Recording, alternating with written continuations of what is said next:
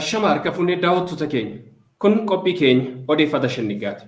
Qophii keenya odeeffata shinnigaa har'aatiin keessummaa tokko qabadhee isiniif dhiyaadheetiin jira.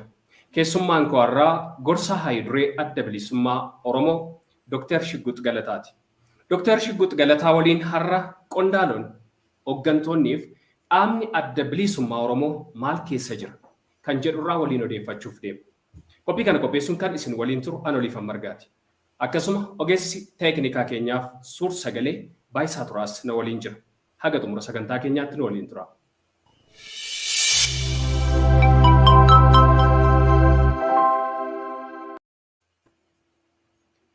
Gorsaa olaanaa haayiduree adda bilisummaa Oromoo Dr. Shigguut Galataa waamicha keenya kabajuudhaan gara tamsaasa keenya Shinnigaa Broadcasting Service'itti baga nagaan nu dhuftan. Olifan qophii kanatti na dhiyeessu keenyasaniif hedduu isin galateeffadhaa. Isinis baga nagaan jiraattanii deebinee walitti dhufneen jedha.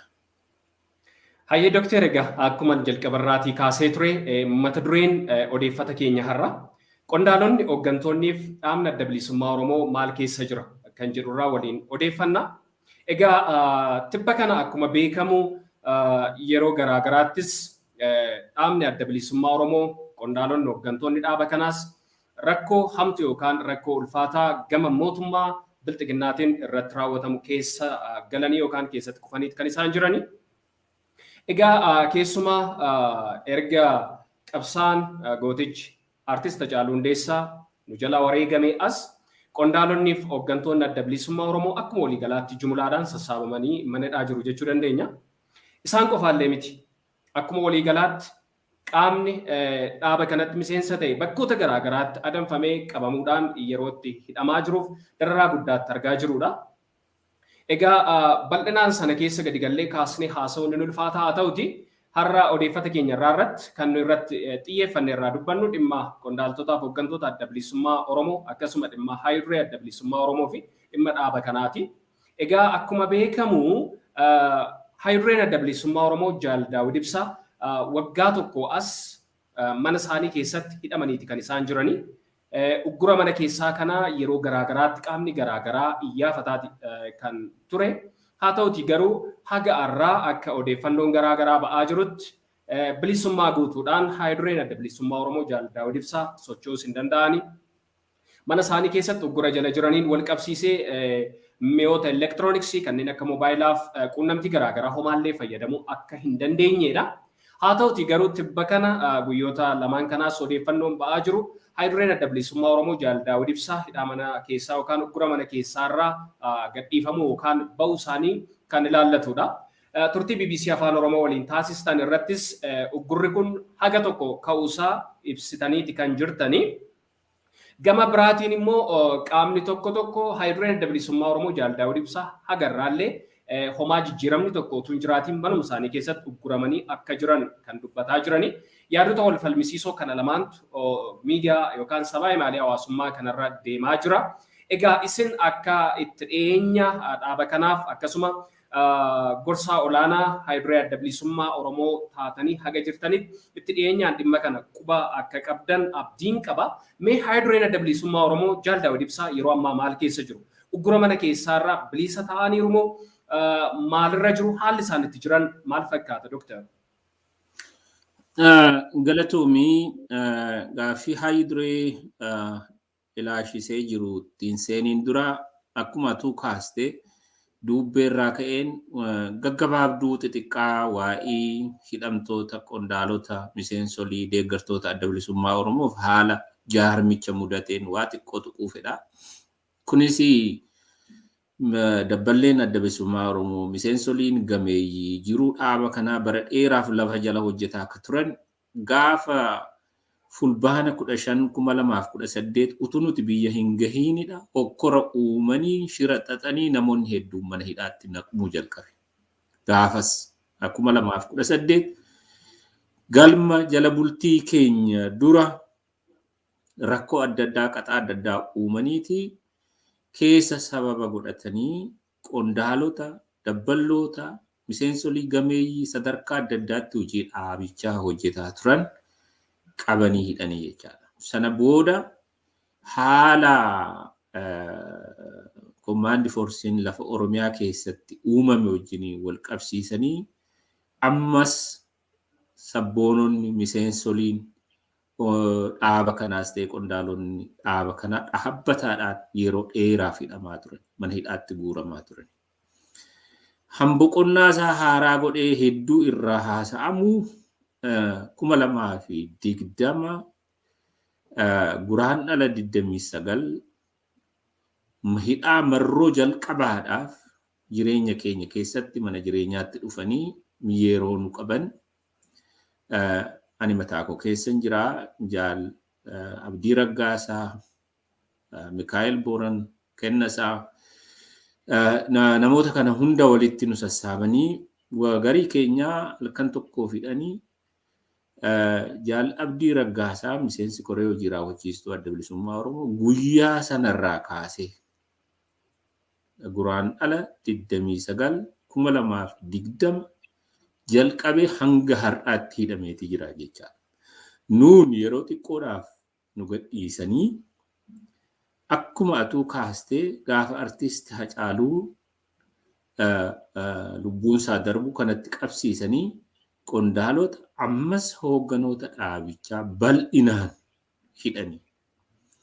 Isa kana keessatti Hayyu Dureen adda bilisummaa Oromoo kan inni ugguramuu jalqabe August 2020 irraa kaase sochiinsaa waajjirri isaa haala inni jiruu jaarmiyaa itti hojjetu kan inni dhaabbachuu jalqabeef isa ugguranii fi isarratti jaarmiyaa garbiraan akka dhaaba kanarratti jaarmiyaan garbiraa akka inni ijaaramu ka godhan August 2020 irraa kaaseeti jechaadha. Deemsa kana keessa ka xumuraa caamsa 3 bara 2021 manatti itti dhufanii cabsanii namoota isa wajjiniin jiraatan gara hidhaatti guuranii ansaammoo qabeenya isaa electronics material chaappaa dhaabaa galmee dhaabaa waan garaagarii saamanii isa ugguranii jechaadha. Guyyaa sanarraa kaasee hanga amma dhiyeenya kanarratti haalli Hayyu Dureen adda bilisummaa Oromoo keessa tureef keessa jiru waan irraa quba qabnu tokkollee hin turre jechuu dandeenya. Isa kana keessatti jaarmoleen mirga dhala namaaf falman, jaarmoleen biyya keessa jiran, dhaabboleen biyya keessan jiran warra akka Ethiopian Human Rights Commission faa itti deemanii haala Hayyu Dureen keessa jiru baruuf tattaafatanii isaaniif hin milkaa'ina jechaadha. Bobbaa yeroo dheeraadhaaf hawaasni keenya biyya keessaa alaa jaarmoleen mirgaaf dimokiraasiif falman tattaaffii gochaa turanii amma dhiyeenya kana jechuun guraandhala 28 boordiin filmaataa bakka bu'aan isaanii akka inni mana Hayyu Duree seenee Hayyu Duree wajjiniin haasaa waliin marii waliin godhu hayyamaman jechaadha. Yuriin jalqabaan jijjiirama jalqabaa hanga guyyaa guraandhala 28 2022tti Hayyu Dureen mana isaatti nama fudhachuu hin danda'u, ofii isaas mana keessaa bahuu hin danda'u, hidhaa mana keessaatiin ture. Jalqabaaf gaafa 28 itti deemanii isa mariisisanii rakkoo jiru, haala jiru, ilaalcha qabu, waan garaagarii ergee yaada wal jijjiiranii booda isa kanaa fi waan garaagarii irratti hundaa'uun boordiin filmaataa qaamolee mootummaa warratti kata'aniif warra garaagariitti barreessuunsaa marsaa hawaasaa irratti kaka'ee tureen yaadatta. Ergee isaan kana godhaniiti kuni dhufe jechuu dandeenya gaafa bitootessa 10 Hayyu Dureen dhaabichaa waajjira boordii filmaataa deemee warra gaggeessitoota boordii filmaataa wajjiniin akka inni marii gaggeeffatu godhanii jiran. So mana isaatii bahee bakka sana gahee jira jechaadha 10 irraa asitti. Kuni karaa tokko jalqaba gaariidha kan barbaadamu. Hayyudureen adda bilisummaa Oromoos ta'e hidhamtoonni abbaa fedhe hidhamtoonni siyaasaa yakka malee qabamanii taa'anii hiikamanii jiruu siyaasaa akka isaan hojjetanii kan addunyaan illee barbaadu, uummanni biyya sanaas barbaadu, Oromoonis barbaadu. Mootummichi gara kanaatti deemu yaada gaariidha jennee fudhanna. Ammoo guutummaatti bilisa ta'eera hayyudureen adda bilisummaa Oromoo jennee irraa haasa'uuf kominikeeshinii telefoonaa ana gammaatti isa wajjiniin hin qabu. Maaliif meeshaan isaas irraa sassaabame waan jiruuf. Lammaffaa meeshaa isaa duwwaa miti kan inni ittiin socho'u konkolaataan isaallee harka isaa hin jiru. Waan garaagarii waan nama tokko bilisadha. Kanaaf achi ergee bilisa tahee dhimmootiin harka isaa jiranii, dhimmootiin hansaa turanii, dhimmootiin haqa isaa guutummaatti gadhiisamuu turre jira jedhanii waan isaan godhanii hin finneef most likely hin godhu jennee abdannaa. Isaan kanaaf guutummaatti afaan guunnee dubbachuun nutti ulfaata. Lammaffaa inni nama jaarmiyaa waan ta'eef, jaarmiyaa waan gaggeessu waan ta'eef hidhamuunsaa hiikamuu akkuma hidhamuunsaa wajjiniin waajjirri isaa qondaalonni isaa gaggeessitoonni isaa wajjiniin hojjetan hidhaman hiikamuun illee nuti guutnee afaan keenya irraa haasofnu yeroo jarri kun faanarra gadhiisamanidha jechuudha. Inni kun ta'ee hin jiru. Dhukkuba hamaa haala hamaa keessatti kan jiru jaalbattee urgeessaa yeroodhaaf gadhiisamee tajaajilli fayyaan isaaf ta'aa jira. Isa wajjiniin kan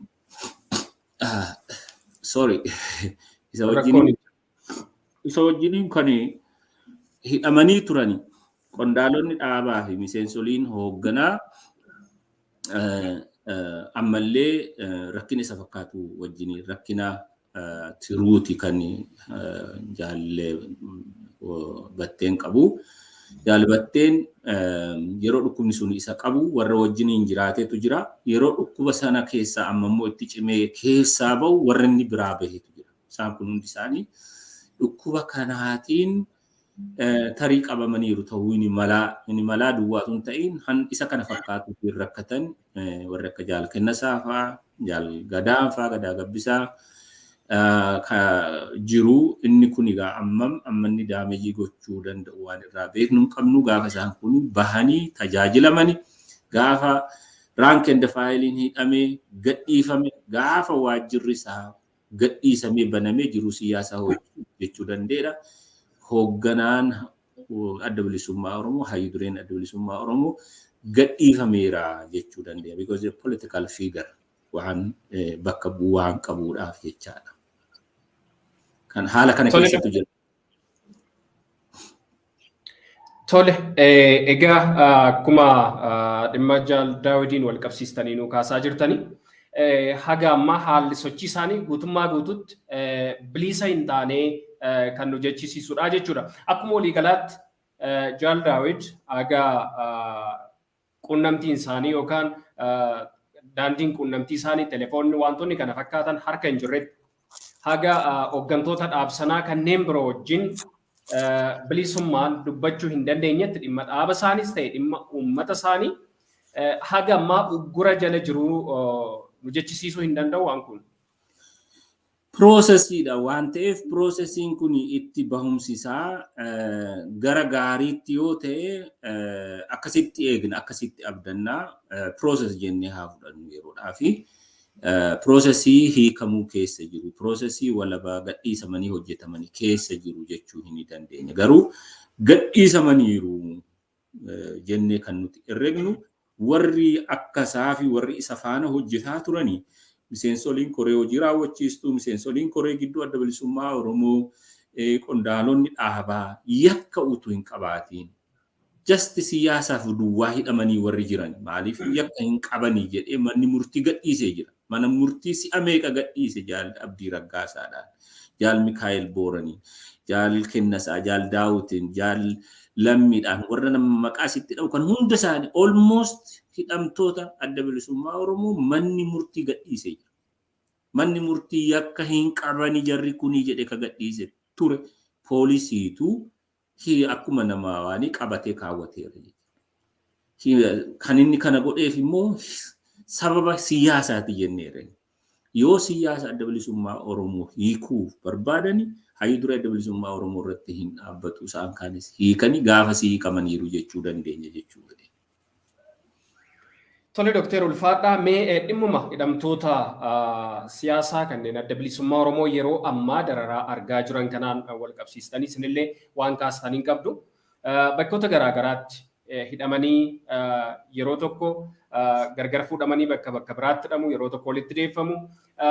Akkaataan isaanitti hidhamaatti jiran yeroo ammaa waanuma baay'ee nama qaanessuudha. Haalli itti mootummaan hooggantoota akkasuma qondaalota adda bilisummaa Oromoo hidhaa jiran kanatti dararaati jiru.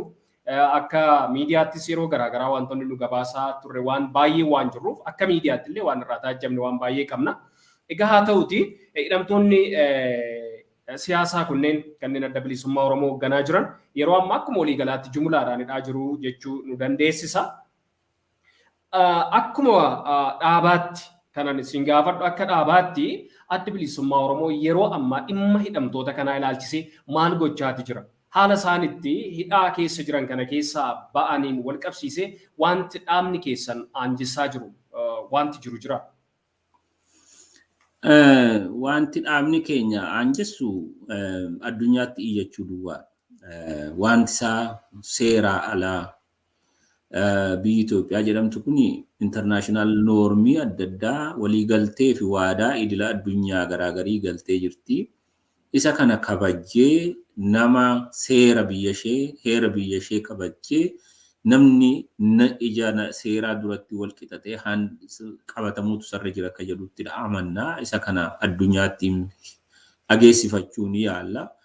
Garuu naannahee waa'ee keessa biyya tokko irratti dhiibbaan addunyaan illee qabdu waan cimaa ta'eedhaaf rakkoo waan ta'eedhaaf hamma barbaadamuu gargaarsi argameeraa fi furmaati argameeraa fi jechuu hin dandeenyu.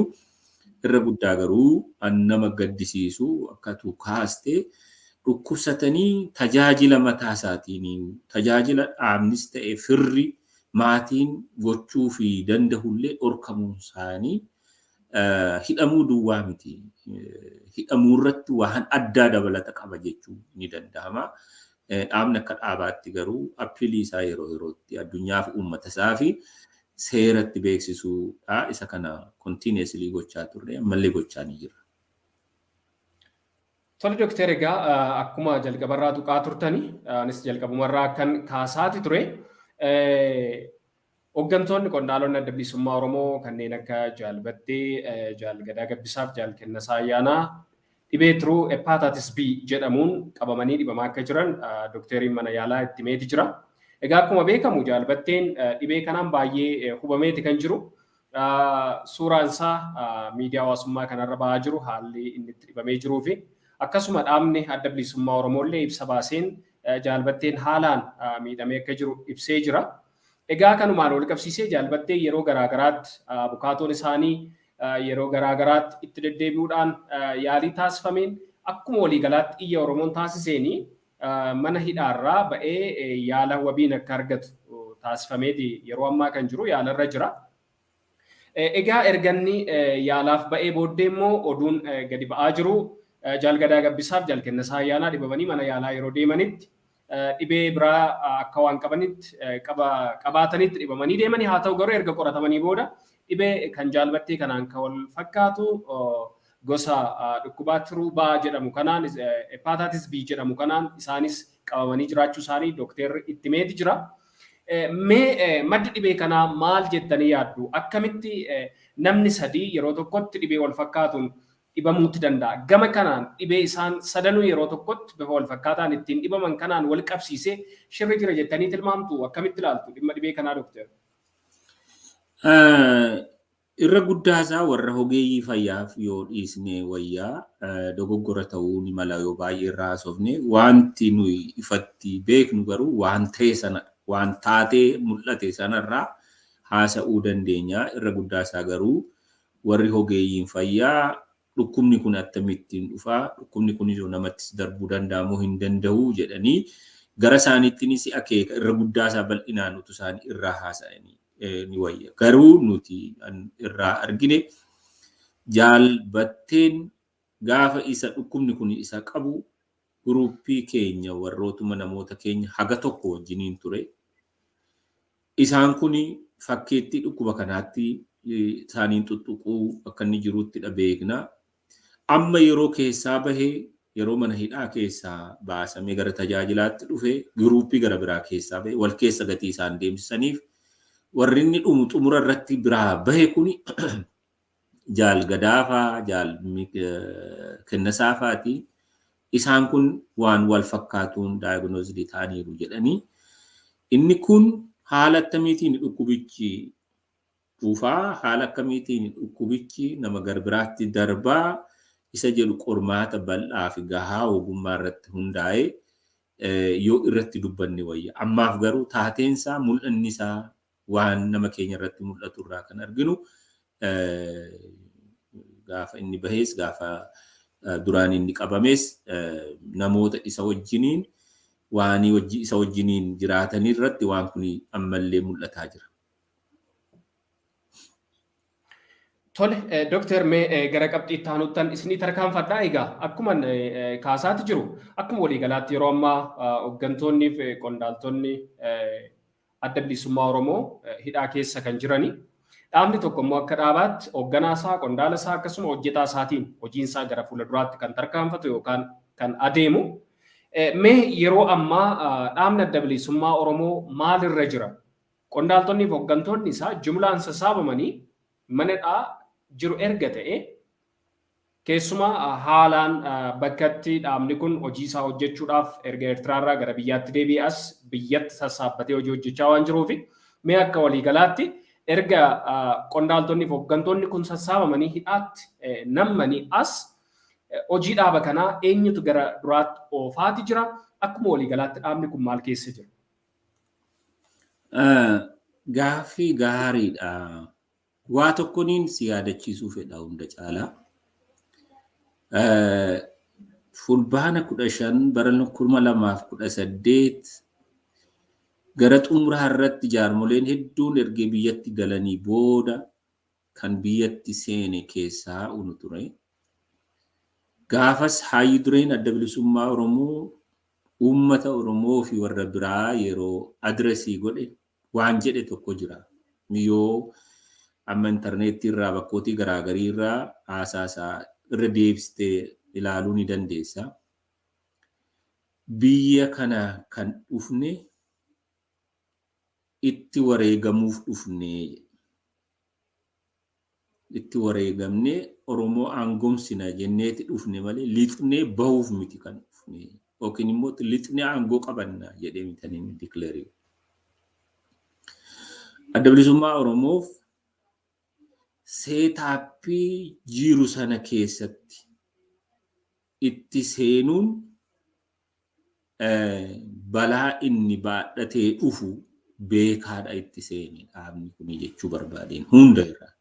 Balaan kun nuuf haaraa yookiin waan nutiin herregiin waan nutti dhufe tun ta'in waan beekaa garuu immoo diida ta'uu keenyarra siistama biyyichaa keessa taa'anii falmuunis barbaachisaadha jedhamee waan itti amanameef waan seenamedha jechuudha. Amma adda bilisummaa Oromoo kana ta'uu isaatiin maal godhee yookiin immoo amma maalitti jiraasa jennu tokkoffaa haqa jirtu jaarmolee siyaasaa Oromoo uummata kanaaf dhaabbatanii eenyu faati gaafa guyyaa xumuraa isa jedhu dhugoomsee jira adda bilisummaa Oromoo. Adda bilisummaa Oromoo har'a waan uummanni Oromoo barbaadu isarraa barbaadu sana ta'ee jira. Waan uummanni Oromoo isarraa barbaadu dantaa waloo uummata Oromoo akka inni dabarsee hin gurgurre yookiin akka inni dabarsee hin laanne isa sanaaf amma wareegama lubbuutti illee ta'e laachuuf qophaa'aa ta'uusaa akka argisiisu dhugoomsee jira. Gaafa galemmoo uummata kana keessatti wareegamuuf dhufne waan jedheef akka wareegamu waan beekuuf ijoollee Oromoo hangi haalli fi waan arge hayyameefiitti ijaaree jira. Kanaaf bakka Oromoon barbaade sana yoo gahuu dadhabame alamma keessa jiru kanatti bakki Oromoon barbaadu bilisummaa isaati mirga isaa guutuu argachuu isaati isa sana taanee argamsiisnee hin jirru garuu isa Oromoon isarraa eegu waadaa Oromoon dhaaf gale sana ta'ee argamee jira jechaadha. Kanaaf hidhamuutiin rakkina arguu kanaatiin mataasaa qabsoo bilisummaa Oromoo akka inni hundee godhatu goosisee jira. Sochiin Oromoo akka inni deemu godhee jira malee sochiin Oromoo hin dhaabbanne. Lammeeffaa gaafa itti seene sana baree waan itti seenee fi sadarkaa adda addaatti uummanni Oromoo waan ijaaramee jiruuf jiruun dhaabichaa gaafa hayyu dureen hidhamullee ugguramullee hin dhaabbanne deemee jira. Ammas itti deema. Hojjetamaa jira jedhee afaan guutee dubbachuun hin danda'a. Garuu akka isa bifa ifaan ta'ee waajjira banattee uummata kee gaariitti tajaajiltee marii uummataa wajjiniin gootee deemtu sanatti ta'uu yoo baate deemaa jira jechuudha. Tole, Dr. Hojiin dhaaba kana akkuma waliigalaatti hooggantoonni fi qondaalonni gariin keessumaa harki caalaan uggura jala hidhaa jalaa jiran iyyuu malee hojiin dhaaba kanaa deemaa jira kan jedhudha. Walumaa gala egaa mee gamaa gaaffii biraattan isin tarkaanfachiisa. Dhaaba adda bilisummaa Oromoon kan wal qabatu bara darbee yeroo garaagaraatti shirri garaagaraa hojjetamaa turu akkuma waliigalaatti uummanni Oromoo bal'aan quba qaba. Egaa kanaan wal qabsiisee dhaabni tokko abaa'oo sirriin nudha jechuudhaan hoteela Hiltanitti yeroo garaagaraa irra deddeebiidhaan ibsa baasaa turaniiru. Har'allee sochiin garaagaraa yeroo inni itti taasifamaa jiru argaati jirra. Keessumaa yeroo mootummaan Bilxiginnaa marii biyyaalessaa yookaan naashinaal diyaaloogii jedhu kana geggeessuuf jedhutti obbo Araarsoo Biqilaa gadi ba'anii ibsa baasaniiti jiranii. Ibsa baasan kana OBN irraa akkan hubadhetti miidiyaa mootummaa OBN irraa akkan hubadhetti qaamni hunduu falmiif osoo hin taane mariif of qopheessuutu irraa eegamaa kan jedhudha. Egaa OBNs kan baase durataa adda bilisummaa Oromoo jedheeti. Oromoon har'allee bal'inaan kan beeku dhaaba kana hoogganuttis ta'e durataa'ummaan haayiduree adda bilisummaa Oromoo Jaal Daawud Ibsaati. Egaa wantoonni waliin fakkaanneef waldhaan mul'ataati jiru. Ibsa yeroo garaagaraatti bara darbee hoteela Hiltanitti ba'aa ture irraan kan wal qabatu. Mee ibsa laatamu kana akkasuma kanneen gama mootummaatiin durataa adda bilisummaa Oromoo jechuudhaan obbo Araarsoo Biqilaa waaman kana dhaabni adda bilisummaa Oromoo akkamiin ilaala?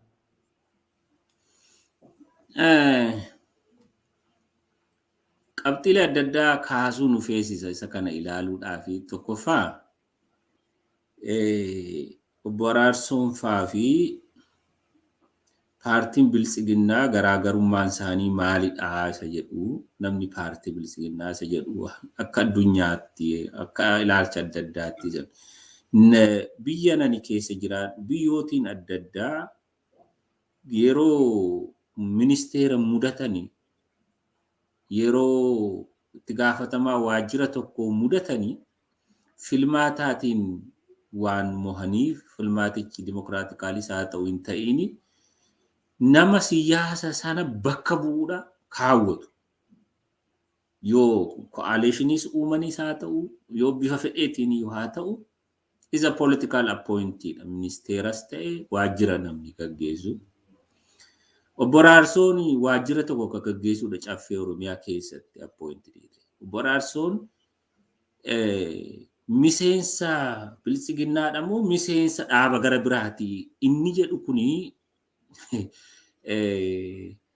waa'uma hedduu namatti ulfaatu natti hin fakkaatu. Namni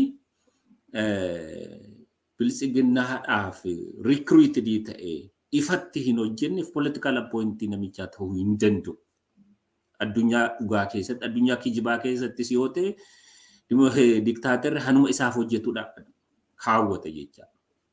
So kanaaf ani paartii Biltsiginnaa fi obbo Araarsoon faa addadha isa jedhu sana fudhadhee lafaa hin ka'u dura by natureidhuma siyaasaa addunyaa kanarra deemurraan yoo ilaalle political appointee ministeerri gaafatamtoonni waajjiraa waan ta'aniif. Kana keessattidha qooda qabu Abaa Wiiltaniin akkasiitiinidhas appointii ta'anii jiran. Tokko lammaffaa electoral boardiidha kan murteessu hoogganummaa dhaaba tokko kan irraa maaliif seera mataasaa labsiin boordii filmaataa paartiin tokko hoogganni isaa attamitti filamaa attamitti eenyutu hooggana dhaasa jedhu isa kana achirraa waan argataniiru jiran natti fakkaatu hoogganani ni beekutti Hayyu Dureen Adda Bilisummaa Oromoo ugguramaniiti jiru sababni isaa nuufaa beeku jedhaniiti gaafatanii malee akka biraatti miti an boordiin filmaataa ifatti qaama mootummaayyuu gaafate jechuudha. So ija seeraatiin yoo itti deemu. Inni sadaffaan qorqalbii uummataati. Qorqalbiin uummata keenyaa isaan sila siin jedhedha. Uummanni keenya mirga isaa falmachuu keessadha jira. Wareegama keessadha jira. Akka sabaatti dhiitamaadha jira. Akka sabaatti darbabaadha jira. Mana irratti gubaadha jira. Isa kanaaf eenyutu naaf dhaabbata isa jedhu ani istaastikaallee walitti funaanuu baadhee ragaan dhugaa diida jira Oromoo bira waan ta'eef Oromoof hin dhiisa jechaadha. Kanaaf sadanuu keessattuu obbo Raarsootiin argaa hin jiru. Ammoo waa jechuun isarra jiru waan ta'eef yoo jedhee nama hin rakkisu jedheetaniin herrega. Inni kan obbo Raarsoo laayisee kanuma kananiin indikeetii gochuu danda'u. Tole Dr. Mee waanuma jecha isaanirraa waa tokko isinii kaasuu barbaada. Akka isin na jalaa jibne nan barbaada. Mariin biyyaalessaa mariidha. Marii keessa wal falmiin jiraachuu danda'a. Maaliif keessumaa dhimmi impaayerattiin keessa jirtu yeroo ammaa haalaan wal xaxaadha. Rakkoo ulfaataadha. Rakkoo akkasii kana keessatti namnu waan gaditti darbatame yookaan waan ittiin jedhame fudhatee waan callisee gadi jedhu natti hin fakkaatu. Keessumaa dhaabni Adda Bilisummaa Oromoo dhimma mirga Oromoo falmuun wal qabsiisee dhaloota kana waan baay'ee dhaalchiseera yookaan leegasii guddaa dabarseera dhaloota kanaaf jechuudha. Dhaloonni kun dhaloota gadi jedhee yookaan calluma jedhee waan ittiin jedhame yookaan waan itti himame fudhatee dugdatti baadhatee deemu miti. Keessumaa dhaloonni qubee. Gama ibsa laatan kanaa wal qabsiisee wantoonni jejjedhame dhimma marii biyyaalessaa kanaan wanti isaan kaasanii wal falmii futuun taane mariif of qopheessuu waan jedhu tokkotu jira. Falmiin dhugaadhaa bakka falmiitti kan geggeeffamu haa ta'uti garuu haala Itoophiyaan yeroo ammaa keessa jirtu kanaan keessuma haala sabni Oromoo keessa jiru ammaa kanaan wal qabsiisne gama Adda Bilisummaa Oromoottis deebinee Adda Bilisummaa Oromoo eenyummaansaa maal akka ta'e ifaa ifatti beekamaa ta'etu jiru. Dhimma naashinaal diyaaloogii yookaan marii biyyaalessaa kanarratti falmiif dhiyaachuun barbaachisummaatiin qabu mariif ofaa qopheessinuu kan jedhu kun maal fakkaata akkamitti ilaaltu akkuma waliigalaatti dhimmi marii kanaaf dhiyaatu kun maali dhimma Oromoo akkuma waliigalaatti dhimma Oromoos kaasnee yoo ilaalle haalli Oromoon keessa jirus falmii kaasisuus waan danda'u falmii garasiyyuu Oromoon yeroo ammaa hidhatee illee yeroo inni mirga isaaf qabsaa jiru kanatti mariif of qopheessinu falmiin hin barbaachisu kan jedhu yaanni gama obbo Araarsoon dhiyaatu kun maal fakkaata? Yaanni obbo Araarsoon dhiyaate obbo Araarsoof sirriidha. Obbo Araarsoodhaaf akkan siin jedhe paartii bilisiginnaatu marii biyyoolessaa kanas manipuleetii gochaa jira deemsisaa jira. Kan hunda ammate kan dantaa hundaa kabachiisuuf tahee hin jiru deemsi mariin biyyoolessaa. Kanaaf akka inni itti jedhutti paartiin bilisiginnaa qajeelfama siniif baasa qajeelfama baasame kana fudhadhaadha. Isaaf sirriidha qajeelfama kana fudhateeti itti jiraata itti hojjeta waan ta'eedhaaf.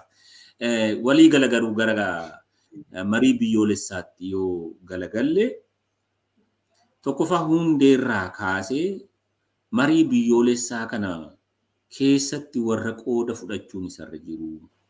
Mariin biyyoolessaa kun immoo maaliif barbaachise? Isa jedhu kanarraa hin jirani isaan fakkeessuudhaaf waan itti seenaniif.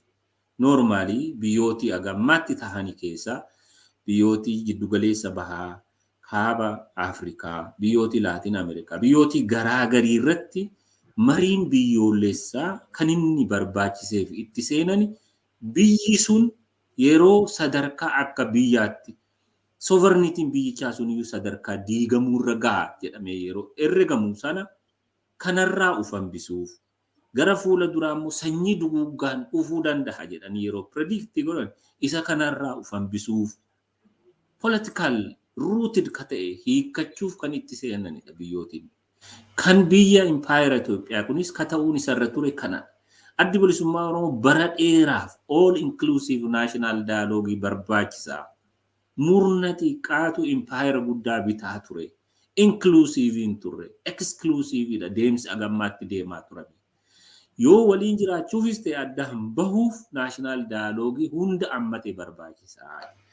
Amma isaan isa kanaafuu tolerate hin goone dhibee waraana utu gaggeessanii kan waraana kanayyuu isaaniif dhaabsisuu danda'u carraan itti negosheetii wal gochuu danda'u humna hidhatee jirullee humna hidhatee hin jirrellee wajjiniin national dialogue yoo hin ta'in hankana hunda ammate yoo hin ta'in ammallee yaadni diidatti hafaadha jechuudha. Yaadni diidatti hafaa ta'e immoo eenyuunii fi furmaata fiduu hin danda'u. Wal faallessa waa isaan hojjetan. Maal jechaadha wal faallessa jechaan muummichi ministeeraa dheengadda yeroo filmaata koongiraasaa PP irratti dubbatu maal jedhe? Uummatni Amaaraa konstituushinii Itoophiyaa gatii keessa hin turree fi jibbaa jedhe.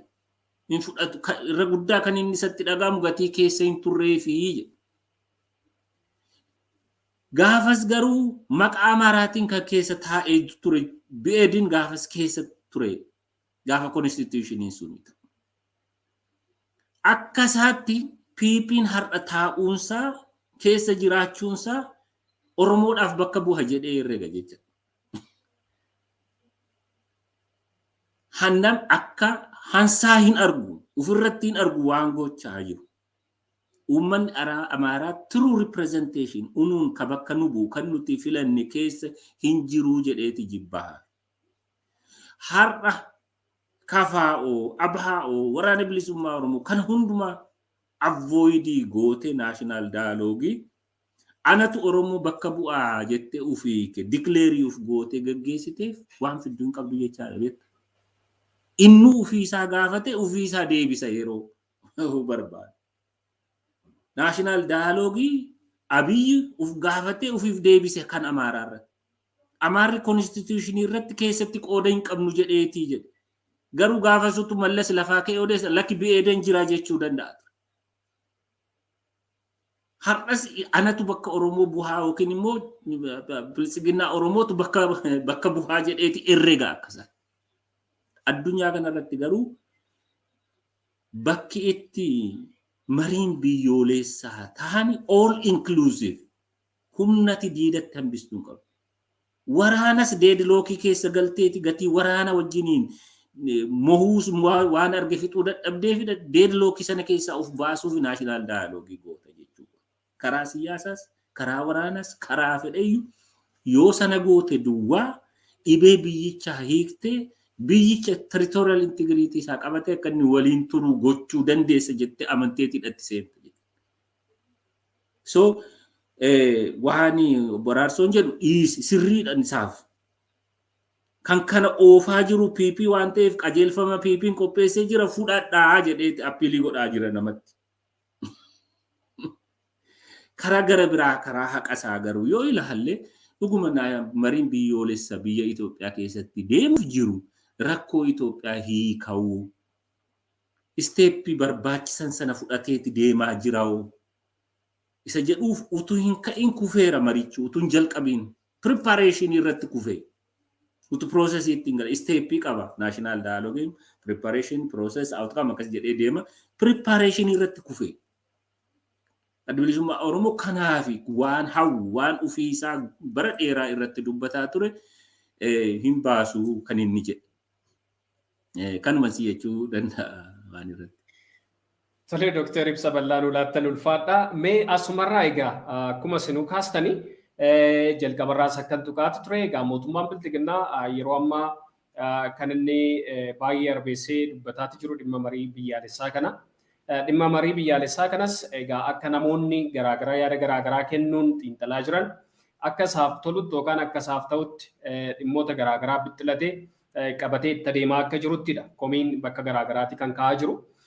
Kaafaa of abaa'uun yeroo garaagaraa irra deddeebi'anii mariin biyyaalessaa ta'uu akka qabu waamicha dhiyeessaati kan turani.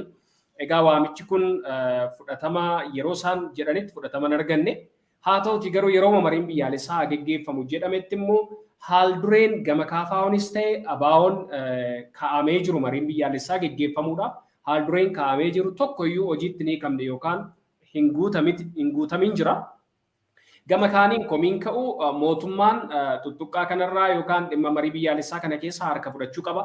Qaamni sadaffaan dhimma kana marii kana haalaan hoogganu qaamni sadaffaan jiraachuu danda'uu qabaa kan jedhu yeroo garaagaraatti akka haal dureetti ka'aati kan ture. Kaafaa'oon quba qabaa dhimma marii biyyaalessaa kana quba qabaa waamichi nu godhameera kan jedhu hin kaasa. Abaa'oon garuu hagarraa dhimmi marii biyyaalessaa kun akka ta'uuf deemu akkuma dhaaba tokkotti haa dhaga'uyyuu malee gama mootummaatiin waamicha akka isaaf hin taanedha kan dubbataati jiru. Mee mariin kun dhuguma marii haqa qabeessatu ta'eeyyuu yookaan toora qabatee kan itti adeemamu yoo ta'es addi bilisummaa Oromoo marii kanatti hirmaachuudhaaf akka haal dureetti wanti inni qabate yookaan dursee wanti ta'uu qabu maali gama dhaaba adda bilisummaa Oromooti? Waan keessa hin jirre tokkorraa irraa haasa'uun edda xiqqoo wal darbaa waan keessa hin jirre kananiin jedhu marii biyyoolessaa qaamni hedduun keessa hin jiru. Indirectly ta'e directly. Adda bilisummaa Oromoo kafaa'oo fi warra ONLF natti fakkaata yaada isaanii ifa godhee garuu immoo booda kanarra yoo hordofteetta ta'e gumiin paartii siyaasota gumiin paartolee siyaasaa ka jedhu የኢትዮጵያ ፖለቲካ ፓርቲዎች ምክር ቤት inni jedhamu mataansaa kompleenii dhiyeeffateera ka sadarkaa mana mariitti nuufaa deemu ka jedhu ittiin amanne jechaadha isaanillee kuni paartota hedduu kan uf jalaa qabudha jechaadha. Adda bilisummaa Oromoo akkatu kaastee jalqabarraa kaasamee waan isa beeksisamee hin qabu kafaa'uun haga tokko beeksifamuu dhiisamuu miti. Inni guddaansaa pirinsipilii sanadha. Pirinsipilii hordofamuun isarra jiru. Akka isaan sila tuttuquu yaale. All inclusive kanatti daangeessitee diidatti hambistuu hin jiru national dialogue. Tokko hin jiru kanatti diidam. Qabsoo hidhannoo gaggeesse yoo ta'e qabsoo hidhannoo sana dhiisee ceasefiriitti deemee akka inni national dialogue kana keessatti yaada isaa hirmaachisu goota malee kanatti irra hambistuu miti. Isa sana hambisuufi. Waraana hambisuufi anatti itti seenaa jirtu. Biyyittiin akka qaama tokkotti akka isheen jiraattu gochuudhaaf chaartarii haaraa uummatoota jidduu mallatteessisuudhaaf itti deemu. Balaansii goote. Kanaadhaaf all inclusive miti. It's exclusive. Tokko. Lammaffaa hirmaachisaa miti. Yaaduma isaa kan akkatti seenamu sanattu hirmaachisuu danda'uutu isarra jira. Qaamola adda addaa. Paartota siyaasaa. Any stakeholders. Inni qawwee kaasee qawweedhaan falmaa jiru inni biyya kanaa nagalchaa jedheetidhaan inni qawwee isaatiin falma alternatiivii dhabeetanii jedheeti falmataa. You have to find isa kan furmaata isaa barbaadde akka inni konsernii godhatu kafiduu sirra jiru. Participatory miti jechaadha argite jalqabumarraa. Inni kaan immoo observii kana godhu kan deemsa kana kan siif walaba ta'ee ragaasiif ba'u iddoo tokko irratti illee yoo wal dadhabdee yoo deadlockii ta'u mediate kasiif ta'u keessaa falaansi barbaachisa. Isaan kunis taanii hin jiran. Kanaaf modaalitii dhumasaa akka jirutti akkumatti deemsa isaa jalqaba isaarraa preparation isaarraa kaasee waan ta'uun isarra jirutti waan keessaa nutis qooda hin qabne ammoo karaa isaas qabatee waan hin jirre yoo ta'uun irra jiraate immoo kun haaraa nuti baay'ee isaa waan lafa kennu tun ta'e noormiitu jiru. Noor norm standardii kataan sanarraa akka haala biyya keef akka dhibeeketti xinnoo dibeetii gochuu dandeessa garuu norm standardii warra ta'anii jiru sana hordofee deemaa hin jiru. Adda Bilisummaa Oromoo utuu waan isaa dhugaa bakka qaba ta'e jedhee herrega ta'e waan inni lafa kaawwachuu danda'u waa hedduutu jira. Garuu akka inni exclusive ta'uusaa waan hubatameef is already filmaata durarraan kaasee nuti utu kanatti filmaata tuutun seenamiin dura national dialogue dursa jechaa ture. Utu sanattuu hin seenin. Kanaaf amma haala Oromoon keessumaa diigamaa hidhamaa qeensa irratti diigamaa jiru keessatti haala bakka bu'aa gaarii godhachuu hin dandeenye keessatti national dialogue gaggeessuun is just meaningless. Tole, Dr. Mee gidduutti daawwattoota keenya muuziqaa gabaabaa tokko afeerree walitti deebinaa daawwattoota keenya muuziqaa kana waliin turtii gaarii.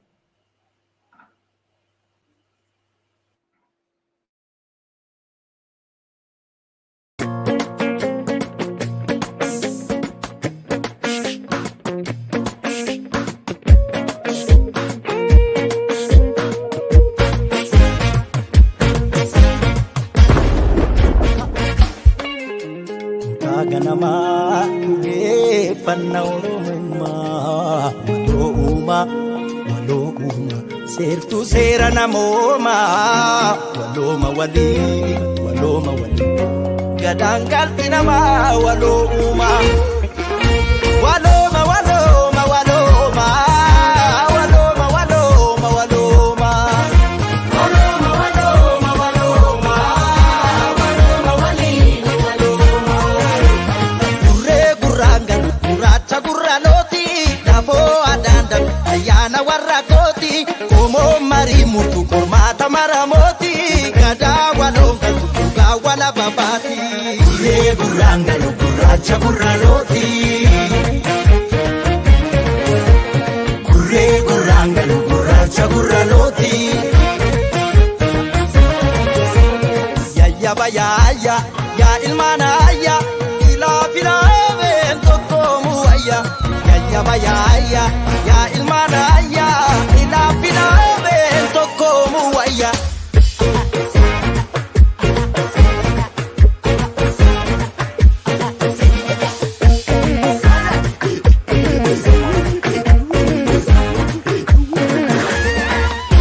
lagal taman sita jabe ichi moga mogati walalu shimbir laga murmuri marmaru nakarra karra karratti walwalu balbeka waligalu harka ide wal sakalu arabni dugadi wan aradaldalu era umadapse umama walulu laki ya bona bime waka waluma wana Afrika ya soreko ya sororako walu walfana walinuga watana ya soreko ya sororako walu walfana walinuga watana waloma waloma waloma waloma waloma waloma waloma waloma waloma waloma walini waloma gurre guranga guracha guraloti korjo korman kurumi warrakoti lami ya dula machilu bayati koku gadanga tu atunya maramoti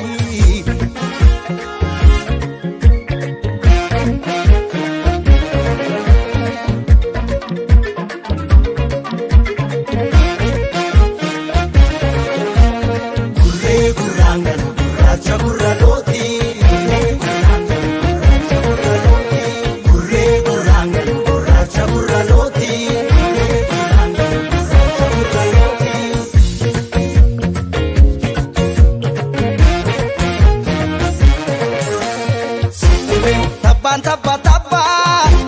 tabbati olyabu laga tachi darbu komon kabu komatti wal kabu komon gamta kabu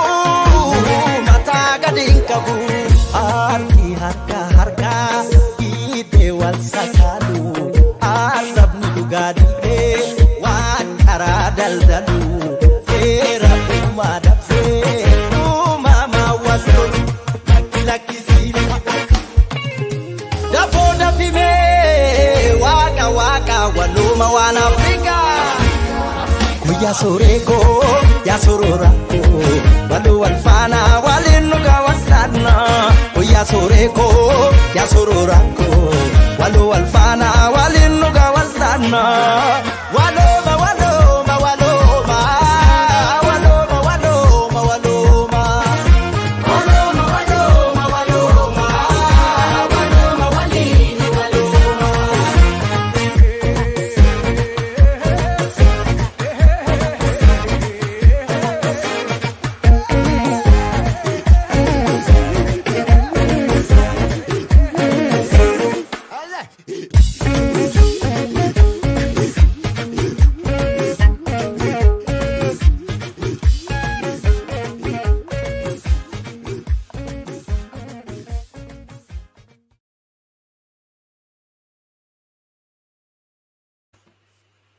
Deebinee walitti dachaanee jirraa daawwattoota keenya gungume jechuun wallisaati kan ture wallisaa Andu'aalem Gosaati. Egaan muuziqaa isin hafe irratti akka bohaartan abdiiti qabna. Dookter egaa qabxii gara xumuraatti fidaatii kanan jiru akka waliigalaatti egaa dhimma gama dhaabaan wal qabatudha gaaffiin isinii kaasaa ture. Mee gamuma dhaabaan wal qabsiisee gama uummanni Oromoo yeroo ammaa maal keessa jira kan jedhutan ce'aa. Yeroo ammaa uummanni Oromoo dararaa guddaa keessa jira. Keessumaa naannoo waraanni bilisummaa Oromoo keessa socho'aa jirutti gama mootummaa biltiginnaatiin maqaan shanee jedhutti dhoobame ilmaan Oromoo bakka baay'eetti ajjeefamaati jiru. Guyyurraa ajjechaan Oromiyaa keessaa dhaga'amaa jiru haalaan kan nama gaddisiisu, haalaan kan nama suukanneessudha. Sanuu garas keessumaa naannoo daangaa Wallagga Baarratti, Shawaa Lixaa, gama Benishaangul Matakkalitti naannoo Oromoon jiraatu, gama Karrayyuutti, gama Wallootti Oromiyaa Kaabaattis ajjechaan haalaan jabaateeti jira. Gama Kibba Oromiyaa Gujiif Boorana keessatti illee bifuma wal fakkaatuun ajjechaan garaagaraa raawwatamaati kan jiru. Egaa Oromoon yeroo ammaa haala baay'ee nama gaddisiisu keessa jira. Tibba darbe Benishaangulitti lubbuu fayyaa namoota lubbuun keessa jiru ibiddaan raayyaan ittisa biyyaa Liyyuu Haayiliin Amaaraa poolisoonni kibbaa gubaniitti kan jirani kunillee mata duree miidiyaa garaagaraa ta'eeti kan jiru yeroo ammaa. Kanumti kana fakkaatu gama kibbaatti illee geggeeffamee jira. Ijoollee manadhaa keessaa baasanii qeerroo Oromoo erga ajjeesanii booddee ibiddaan gubaniitti kan jirani. Gama Wallagga Bahaaf Shawaa Lixaatti yoo imallees mana keessatti faannoon Amaaraa ilmaan Oromoo manatti qollofee yookaan manatti cufeeti gubaa kan jiru. Egaa taatee gaddisiisaan garaagaraa yeroo ammaa ilmaan Oromoo irratti dalagamaati jira. Mee rakkoo kana maaltu fide yookaan akeektuun rakkoo kana maali? Oromoon akkamitti kana keessaa bahuutti danda'a? Rakkoon kun hundeensaa jijjiirama 2018 akka Oromoon itti fudhate akka jaarmoleen siyaasaa Oromoo itti fudhattee rakkoo sana maagneetii Oromootti tahee jira jedheen herregaan akka nama ilaalu tokkotti Oromoon gaafas masaraa Minilik seennee jedhee walakkaan. Warri masaraa Minilik seene kun warra Oromoof laaluu qabaatanii qabsoo bilisummaa Oromoo keessatti bu'ii bahii arganii warra dantaa Oromoon harka isaatti qabatee jiru sanallee warra tiskuuf qophaa'aa hin turre turan. Bal'eensi Oromoo gaafas duukaa o'ee kahee immoo isa ijaarame dhiisee ufuutun ijaariinidha waan kana jala fiigaa ture. Inni deeggaraa tahee jara kanaaf shubbise kun hundinuu bifa structured ijaarsa ta'eetiin ture. Kan ijaaramee ture keessaa adda bilisummaa Oromoodha. Inni qaxaa adda addaa rakkina adda addaa suman silasiin kaasaa ture. Mudannoon baay'een akkasa eegaa jirutu beekuuti. Ijaarsaatiin itti seene. Isa itti seene kana daanjeriin natti dhufaa. Dhufe immoo haa ta'u the worst kanan fudhadha jedheetidha itti seenee jecha. Ammi kaan shubbiseeti maqaa jaarmiyaaf godhe. Jaarmiyaan ODF jedhu leencoo fi diimaa irratti bittinsamee diigeeti. Hunda isaanii maqaa isii dha'uu danda'a jaarmiyaa torba saddeet. Diiganii uf diiganiiti masaraa Minilik keessa inni galee immoo dhimma Oromoo hojjetaa jedhaniiti galan. Walakkaan immoo hubii siyaasaa dhuma isaayyuu gatii yeroo sana irratti fiigaa jiraniif faannoon ijaaramuunii jedha. Hayyuun siyaasaa tokko Oromoof illee gaariidha, dantaa Amaaraaf illee gaariidha jedha yeroo sanatti.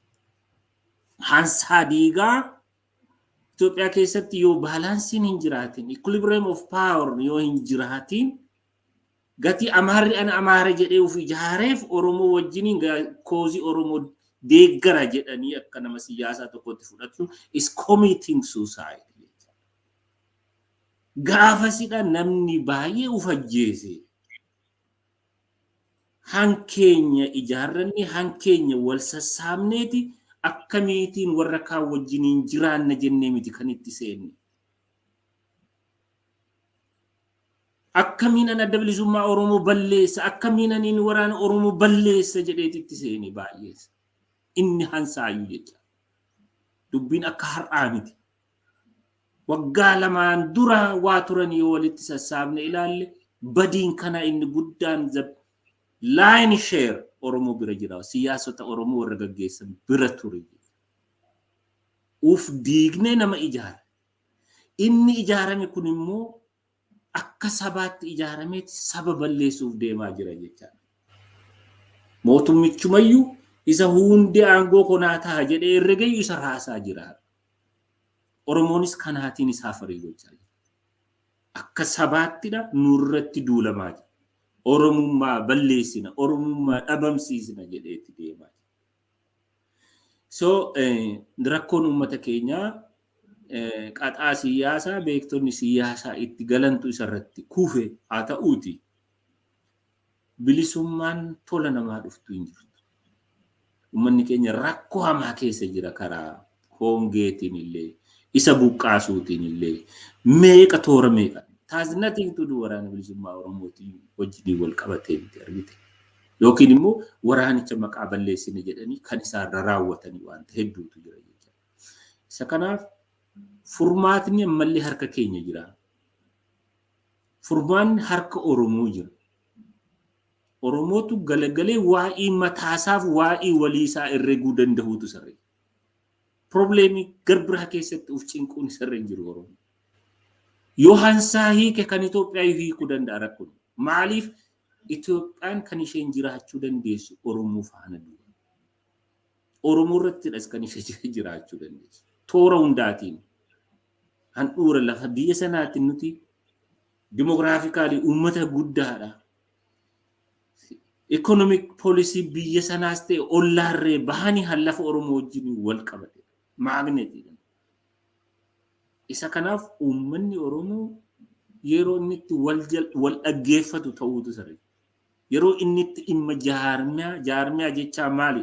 Mootummaa tokko kan mootummaa isa godhu aangolli gaafa qabattanati mootummaa ta'uu dandeessu jaarmiyaa qabaate.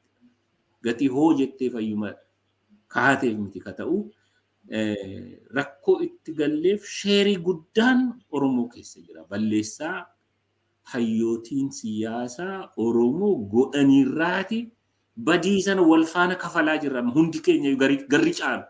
Garri inni kaan kutatee amma buddeena isaa daabboo isaa nyaataa jira, garaa dhiiteeffataa jira. Inni kaan garuu wal faana kafalaa jirra deebisa.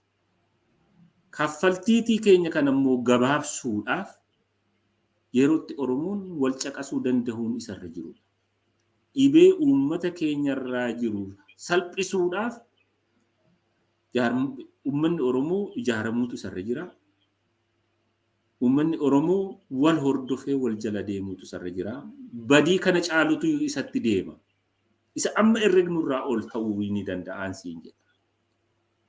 Tole Dookter egaa xumureetiin jira.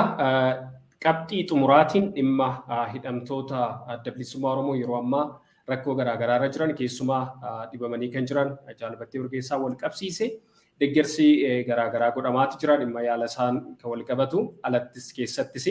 Akkasuma kanneen hafanillee kanneen dhibee garaagaraan bifa wal fakkaataan dhibeen garaagaraa isaan mudate illee ni jiru.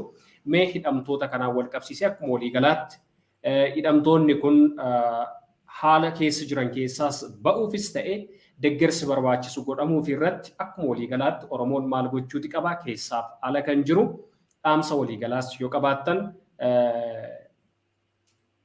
waan jettanii dhugoo laguu dandeessu. Fayyaa ta'ee waan hidhamtoota jalqabatti akka tokkotti kaasuu fedhee hidhamuun isaanii wareegamni isaanii mataan isaa jiruu dhaabichaati qabsoo ummatichaati jechuun yaale qabsoo isaatti ummatni kun amana yoo ta'e waa sadiin carraa kanaan appiilii gochuu fedha. Tokkoffaa warra nuti afaanitti nutti dhufee maqaa tarreessinu malee hidhamtoonni Oromoo kumaatamaan lakkaa'amantu jiru. Maqaa adda bilisummaa Oromoo, maqaa shanee maaliin hidhamanii ka jiran.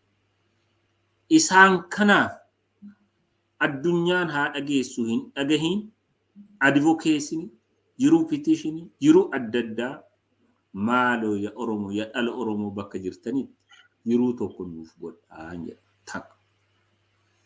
Lammaffaa akka sabaatti nu dhabamsiisuuf deemaa jira. Akka sabaatti mootummaa nurra miidhee akka hin taane isa kaaniif balbala banee nu miidhuu irratti dabala inni kaan garuu akka sabaatti ushuf jaareeti saba kana dhabamsiisna dadhabsiisna balaarra buusna jedheeti nurratti bobba'aa. Kanaaf wal qooduu akka sabaatti wal ijaaru wal jala deemu wal caqasu yeroon isaa amma maaloo walaa dhaggeeffannu jedha. Lammaffaa yoo isaa kana goonedha warra mana hidhaa jiranis kasaan gadhiisaman qabsoon keenyas akka inni jabaatu egereen Oromoos naannoo sanatti nagaaf kontribuutii gochuu danda'a. Afaan tokko gaafa dubbachuu danda'ee jechaadha. Inni sadaffaan biyya alaa keessa warri jiru gargaarsi hidhamtoota tajaajila fayyaa dhabanii gaafa du'uu jala gahanii gad darbatamuuf deeman jiraachuun hima. Yookiin immoo tolanii ammumayyuu hiikanii gadhiisuudha. Inni kun kajaal battee irratti dhaabbatu tun taane toora galee ka jiru baay'ee waan ta'eedha.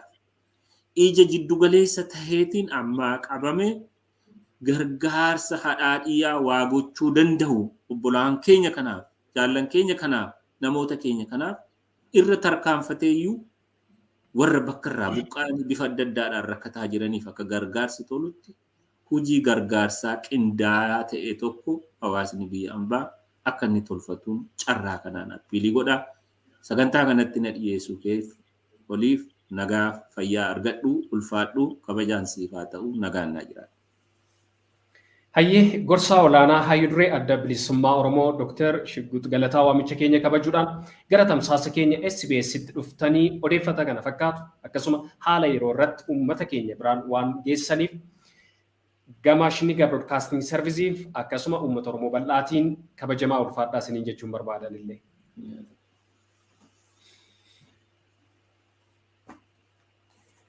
Egaan daawwattoota keenya qophiin keenya odeeffata har'aa asuma irratti kan goolabnu ta'a. Qophii odeeffata biraatiin deebinee haga wal arginutti nagaa keessanuu tura.